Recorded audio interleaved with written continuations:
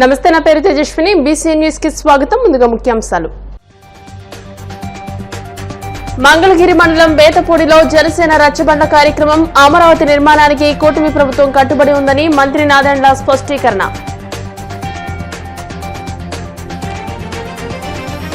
విజయసాయిరెడ్డి రాజీనామాతో ఖాళీ అయిన స్థానానికి ఉప ఎన్నిక. రాజ్యసభ కూటమి అభ్యర్థిగా భీమవరానికి చెందిన బీజేపీ నేత పాకా వెంకట సత్యనారాయణ ఎంపిక. ప్రజా సమస్యల పరిష్కార వేదికలో అందిన అర్జీలను త్వరితగతిన పరిష్కరించండి. అధికారులకు కాకినాడ జిల్లా కలెక్టర్ షణ్మోహన్ సగ్లి ఆదేశాలు.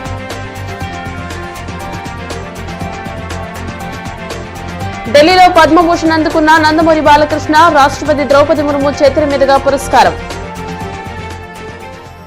అమరావతి రాజధానిని అభివృద్ది పదంలో నడిపించేందుకు కూటమి ప్రభుత్వం పూర్తి నిబద్దతతో ఉందని మంత్రి నాదెండ్ల మనోహర్ స్పష్టం చేశారు. రాజధాని కోసం రైతులు చేసిన త్యాగాల పునాదిపైనే కూటమి ప్రభుత్వం ఏర్పడిందని ఆయన అన్నారు. గుంటూరు జిల్లా మంగళగిరి మండలం బేతపూడి గ్రామంలోని రామాలయం సెంటర్ వద్ద రావి చెట్టు కింద జనసేన పార్టీ ఆధ్వర్యంలో నిర్వహించిన రచ్చబండ కార్యక్రమంలో మంత్రి పాల్గొన్నారు. ఈ సందర్భంగా ఆయన మాట్లాడుతూ అమరావతి రాజధాని నిర్మాణాన్ని గత ప్రభుత్వం పూర్తిగా నిర్లక్ష్యం చేసిందని, 3 రాజధానుల పేరుతో రైతులను ప్రజలను మోసం చేసిందని ఆయన ఆరోపించారు. అమరావతిని పునర్నిర్మించే ప్రక్రియను ప్రణాళికాబద్దంగా చేపడుతున్నామని వివరించారు. సిఆర్డీఏ పరిధిలోని 29 గ్రామాల్లో రహదారులు, భవనాలు వంటి మౌలిక సదుపాయాల కల్పనకు ప్రాధాన్యతనిస్తున్నామని తెలిపారు. గ్రామాల్లో నెలకొన్న ప్రతి సమస్యలు తెలుసుకుని వాటి పరిష్కారానికి చిత్తశుద్దితో కృషి చేస్తామని హామీ ఇచ్చారు.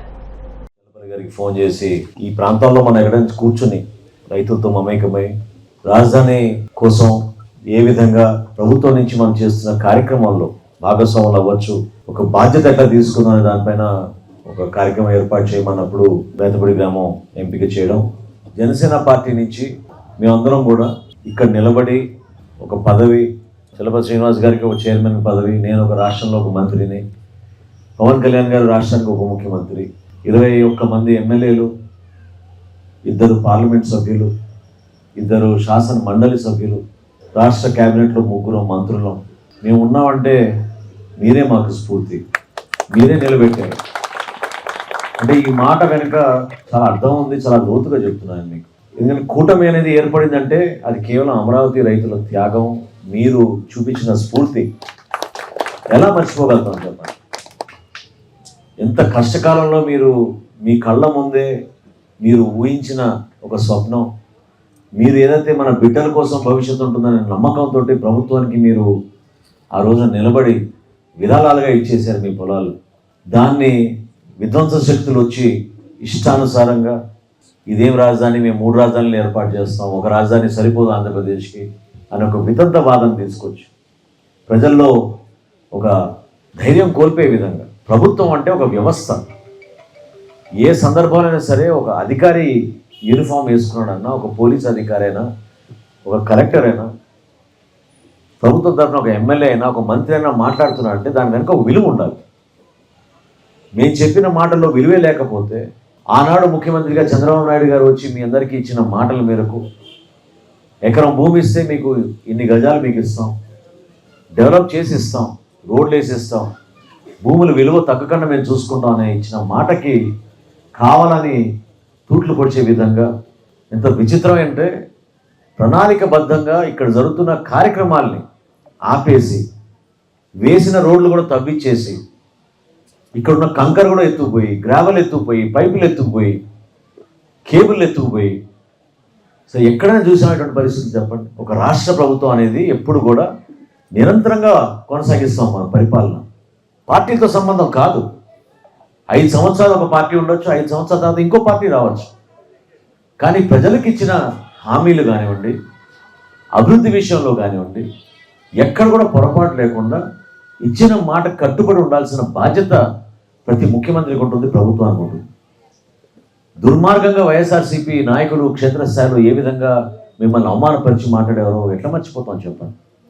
3 రాజధానులు నిర్మాణం చేస్తున్నాం అంటే పవన్ కళ్యాణ్ గారితో పాటు మేము అందరం వచ్చాం, అక్కడ తిరిగాం. అంతమంది వేరే రాష్ట్రాల నుంచి వచ్చి యూనివర్సిటీ నిర్మాణం చేస్తున్నారు. విఐటి యూనివర్సిటీకి ఏం అవసరం చెప్పండి వేరే రాష్ట్రం నుంచి వచ్చి ఇక్కడ పెట్టడం? ఎస్ఆర్ఎం యూనివర్సిటీకి ఏం అవసరం చెప్పండి ఇక్కడ వచ్చి పెట్టుబడులు పెట్టడం, ఆ విధంగా బిల్డింగ్లు కట్టడం? ఉన్న రోడ్లు కూడా తవ్వేసి రోజుకి 50-60 బస్సులు వెళ్తుంటే ఒక యూనివర్సిటీకి ఆ బస్సులు కూడా వెళ్ళలేని పరిస్థితి చేసి ఇక్కడి నుంచి ఖాళీ చేసి వెళ్ళిపోవాలని దుర్మార్గమైన ఆలోచనతో వాళ్ళు చేసిన ప్రయాణం. కనీసం 30 నుంచి 40 వేల మంది కార్మికులు ఇతర రాష్ట్రాల నుంచి వచ్చి ఇక్కడ నివసిస్తున్న పరిస్థితిలో చిన్న చిన్న పరిశ్రమలు, టీ షాపులు కానివ్వండి, తోపుడు బండ్లు కానివ్వండి, పళ్ళు అమ్ముకునే వాళ్ళు కానివ్వండి, పూలు అమ్ముకునే వాళ్ళు కానివ్వండి, వీళ్ళందరూ కూడా ఏమైపోయారు, ఉపాధి ఏ విధంగా కోల్పోయారు. మర్చిపోలేని రోజులే. మీ ఆవేదన, మీ బాధ, ప్రతిరోజు మీరు ఏదో కలలు కానీ మన బిడ్డల్ని డాక్టర్ చేసుకుందాం, ఇంజనీర్ చేసుకుందాం, 2 ఎకరాల భూమి మన ప్రభుత్వానికి ఇచ్చాం అనే ఆలోచన, కనీసం ఇంకిత జ్ఞానం లేని వ్యక్తి ముఖ్యమంత్రి అయితే ఎంత నష్టం జరిగిందో మీరు చూశారు.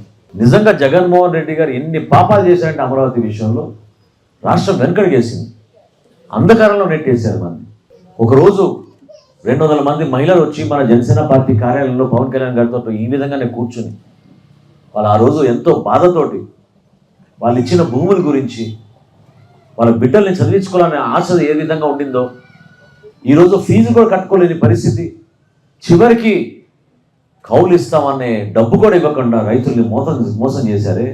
దానికోసం కూడా పవన్ కళ్యాణ్ గారు వచ్చి ఉద్యమం చేస్తానంటే మరుసటి రోజే వేసేసారు డబ్బులు మీ ఖాతాలోకి. ఆ స్ఫూర్తితోటే మహిళలు కలిసిన రోజే, అదే రోజు రాత్రి మేము ఢిల్లీకి వెళ్ళి 3 రోజులు ఢిల్లీలో ఉండి అక్కడ ఉన్న నాయకులతోటి పవన్ కళ్యాణ్ గారు చాలా బలంగా, చాలా తప్పు కేంద్ర ప్రభుత్వం చేస్తుంది, మీకు బాధ్యత లేదా, మోడీ గారే వచ్చి శంకుస్థాపన చేశారు అమరావతికి, ఈ రోజున ఎట్లా ఈ విధంగా విధ్వంసం చేస్తుంటే మనం ఊరుకోగలుగుతాం, మాకెంత బాధ ఉందో మీకు కూడా అంతే బాధ ఉండాలి. ఎవరో చేసిన ప్రచారం ఒక కులానికే ఉపయోగపడింది, ఒక వర్గానికే ఉపయోగపడింది, కొంతమందికే ఉపయోగపడిందనే ఒక వితంత్ర వాదన తీసుకొచ్చిన దానికి మనం తిప్పికొట్టాలి, బాధ్యత తీసుకోవాలని చెప్పారు. భారతీయ జనతా పార్టీ నాయకులందరూ కూడా కొంచెం ఆలోచనలో పడి 2020 సంక్రాంతి కల్లా భారతీయ జనతా పార్టీ జనసేన పార్టీ పొత్తులోకి వచ్చాము. అదే మొట్టమొదటి అడుగు మనం ఆ రోజు వేసింది. ఎందుకంటే అదే మీ కష్టాలు, మీరు నిలబెట్టిన కూటమి ఇది. ఆ రోజు వేసిన ఆ మొదటి అడుగు మనల్ని 2024 ఎలక్షన్లో ఇంత అద్భుతంగా మీ అందరూ కూడా ఓటేసి గెలిపించారు. చంద్రబాబు నాయుడు గారి నాయకత్వం, కేంద్రంలో నరేంద్ర మోడీ గారి నాయకత్వం, ఏ విధంగా వీళ్ళిద్దరిని కలపాలని మన పార్టీ అధ్యక్షులు పవన్ కళ్యాణ్ గారు చేసిన ప్రయత్నం మర్చిపోబాకండి. దాని వెనుక మీ అందరి ఆలోచన, మీ కష్టం. అమరావతి అనే రాజధాని మనకి లేకపోతే అడ్రస్ లేనట్టు. మనకి ప్రతి రాష్ట్రంలో రాజధాని ఉంది, ఒక పేరు చెప్పుకోగలుగుతారు. మన ఆంధ్రప్రదేశ్కి ఎక్కడున్నాం మనం?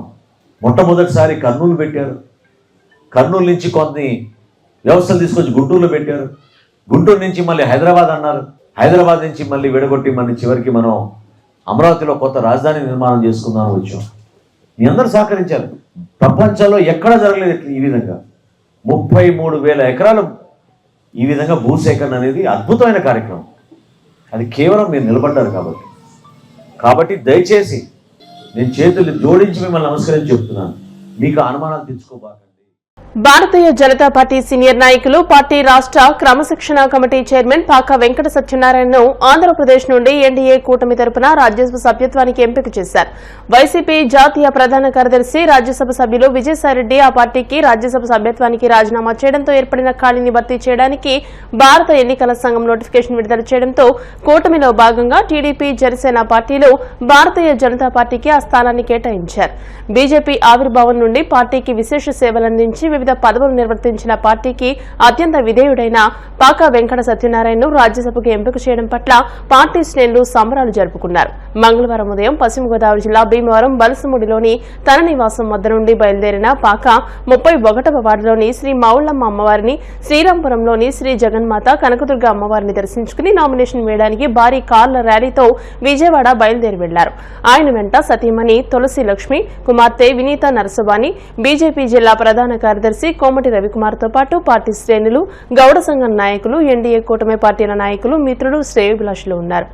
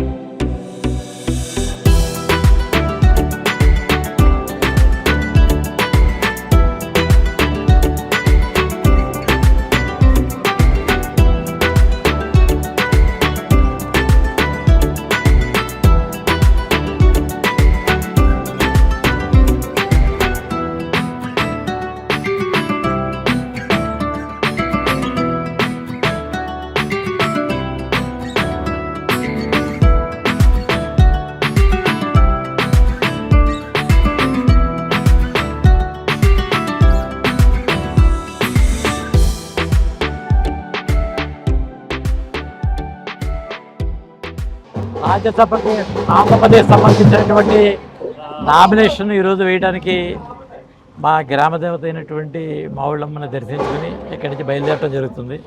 దీని తర్వాత ఈరోజు నామినేషన్ ప్రక్రియ సుమారు ఉదయం 10-10 ప్రారంభిస్తుంది కాబట్టి ఈ యొక్క కార్యక్రమం ముగించుకున్న తర్వాత మళ్ళీ మేము సాయంత్రం వచ్చిన తర్వాత మళ్ళీ ఫ్రెష్ మీట్.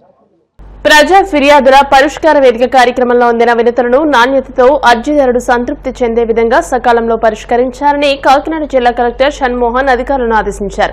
రాష్ట్ర ప్రభుత్వం ప్రతిష్టాత్మకంగా ప్రతి సోమవారం నిర్వహిస్తున్న ప్రజా ఫిర్యాదుల పరిష్కార కార్యక్రమం కాకినాడ కలెక్టరేట్ వివేకానంద హాల్లో జరిగింది.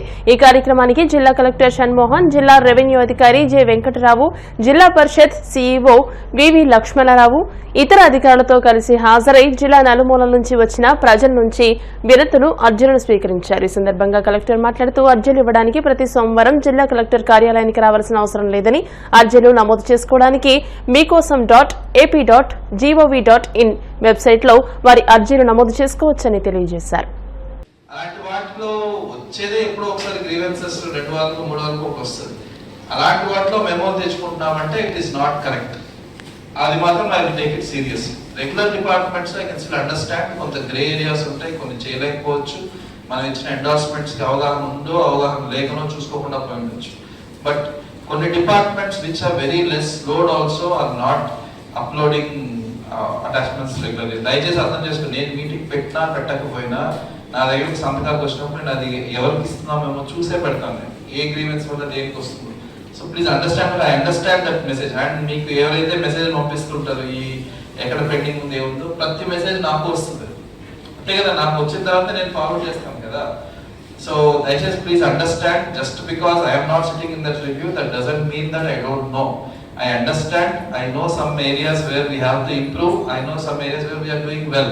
So దయచేసి ప్లీజ్ అండర్స్టాండ్ ఆల్ HODs, మీరు మెమోస్ వరకు పెట్టుకోకండి. There is a responsibility on each of you. ఇప్పుడు కాసేపు ప్రకటనలు.